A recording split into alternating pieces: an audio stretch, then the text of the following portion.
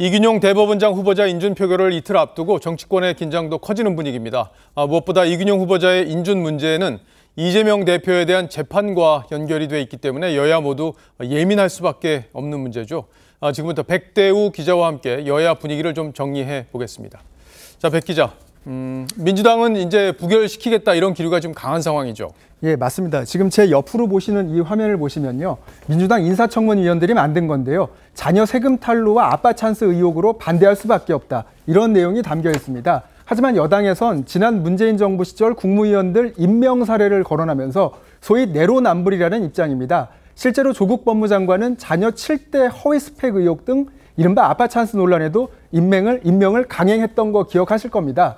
또 조명래 전 환경부 장관도 자녀 증여세 탈루 의혹, 그리고 이인영 전 통일장관은 자녀 서울시 산하기관 용역 수주관 특혜 의혹이 제기됐지만 문재인 전 대통령이 모두 임명을 강행했습니다. 예, 여야가 입장이 바뀌면은 말이 달라지는 게 어제 오늘 일은 아니지만은 이렇게 극단적인 진영 논리로 모든 문제를 봤을 때는 인사청문 취지 자체가 무색해지기 때문에 여러 가지 생각을 해봐야 될 부분이 아닌가 싶은데, 자, 이균용 후보자는 이제 처가에서 증여받았던 주식 배당금 이거 신고 안 한 게 지금 논란이 되는 거죠? 예, 맞습니다. 그런데 말씀하신 지금 이 문제 역시도요. 민주당 정부에서는 지난 정부에서는 크게 문제 삼지 않았던 그런 사안입니다.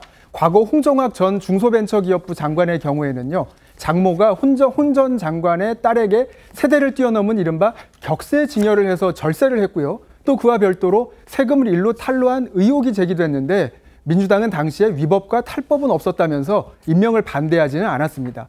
또 최영애 전 국가인권위원장도 자녀의 종합소득세 신고 누락 의혹이 제기됐지만 결국 임명됐습니다. 예.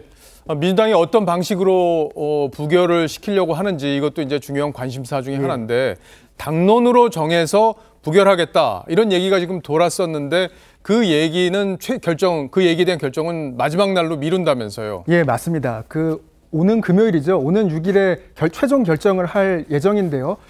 대법원장을 공식 임명을 하려면 국회 본회의에서 의석 과반 출석에 출석 의원 과반의 찬성표를 얻어야 하는데요.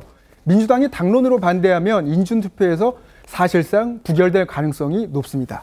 야, 이번에 만약에 부결이 된다면 앞으로 대법원장 자리는 상당 기간 공백이 불가피하겠어요. 예, 맞습니다. 만약 임명이 부결되면요. 윤석열 대통령은 다른 후보자를 지명할 수밖에 없는 그런 상황인데요. 하지만 오는 11월 중순까지는 국정감사가 계속 진행이 되기 때문에 그 이후에나 인준표결이 가능해집니다.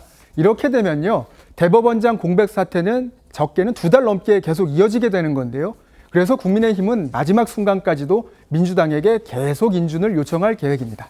자, 인준안이 부결이 되면 지금 현재 만들어져 있는 건 어쨌든 김명수 사법부 체제니까 예. 그 체제가 계속 이어질 가능성도 있겠어요. 예, 맞습니다. 말씀하신 대로 새 대법원장이 오기 전까지는요. 지난달 퇴임한 김명수 전 대법원장이 인사한 대로 그대로 법원이 운영됩니다. 그 바람에 이번 대법원장 인준 절차가 이재명 대표 재판에도 변수가 될 수 있다. 이런 얘기가 나옵니다. 그러니까 새 대법원장이 와서 법원 인사를 하게 되면 이재명 대표 사건의 담당 재판부가 바뀔 수도 있다. 이런 이야기입니다. 예, 담당 재판부가 어떤 분인데 바뀔 수가 있다는 거예요? 통상 판사는요, 2년에서 3년마다 인사가 되게는 나는데요. 이재명 대표의 선거법 위반 사건을 맡고 있는 서울중앙지법 강규태 부장판사는요, 지난해 2월 임명됐기 때문에 인사 대상이 될 수도 있습니다. 또 위례 대장동 개발 비리와 성남FC 불법 후원금 의혹 사건을 보고 있는 김동연 부장판사의 경우는요. 올해 2월에 임명이 됐기 때문에 그대로 자리를 지킬 그 가능성이 상대적으로 높아 보입니다. 이 대표 구속영장 실질심사를 담당했던 유창훈 영장전담 판사는요. 통상의 임기인 1년을 채우고 내년에 교체될 것이다. 이런 전망이 나오고 있습니다. 다만 담당 판사를 교체할 경우에 불필요한 오해를 살 수 있기 때문에 신중하게 접근할 가능성도 있다. 이런 얘기들도 나옵니다. 예, 대법원장 임명 문제가 이제 정치적으로 아주 민감하게 얽혀 있기 때문에 야당의 어떤 선택을 할지, 후폭풍은 어떨지 이런 부분도 아주 주의 깊게 봐야겠어요. 백 기자 잘 설명 들었습니다.